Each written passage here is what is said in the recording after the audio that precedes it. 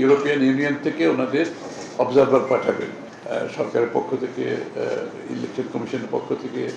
যে অনুরোধ আসছে তার পরিপ্রেক্ষিতে ওরা সিদ্ধান্ত নিয়েছে তারা অবজারভার পাঠাবে। বাংলাদেশের একমাত্র স্মার্ট সিটি বসুন্ধরা এখন আরো নিরাপদ, আধুনিকতায় আরো এক ধাপ এগিয়ে। এবং বাংলাদেশের এমনিতে ইলেকট্রাল প্রসেসের মধ্যে ইউর একটা সবসময় একটা কন্ট্রিবিউশন থাকে, সেটা এবারও আছে এবং তারা আগ্রহ করে অপেক্ষা করছে ইলেকশনটা সুষ্ঠুভাবে সম্পাদন যাতে হয় এবং ইলেকট্রাল প্রসেসের মধ্যে যাতে স্বচ্ছতা থাকে, গ্রহণযোগ্যতা থাকে, তারা আশা করছে সেটা হবে। আর বাংলাদেশ ইউর অর্থনৈতিক সম্পর্ক তো অনেক পুরনো, যে আজকে আমাদের বাংলাদেশের রেডিমেড গার্মেন্টস যে জায়গায় এসছে সেটা কিন্তু ইউর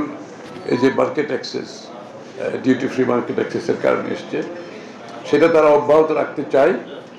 এবং আগামী দিনে তারা চায় বাংলাদেশ ইউ রিলেশনশিপের আমাদের ব্যবসা যাতে অব্যাহত থাকে এবং বাংলাদেশের মধ্যে গণতন্ত্রকে প্রাতিষ্ঠানিক রূপ দেওয়ার ব্যাপারে যে সংসদ থেকে শুরু করে, তারপরে সরকার গভর্নেন্স থেকে শুরু করে, জুডিশিয়ারি থেকে শুরু করে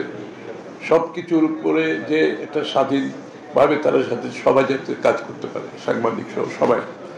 যে এই স্বাধীনতা মুক্ত পরিবেশ ডেমোক্রেসিকে সত্যিকার অর্থে একটা প্রাতিষ্ঠানিক রূপ দেওয়ার জন্য তাদের সহযোগিতা অব্যাহত থাকে।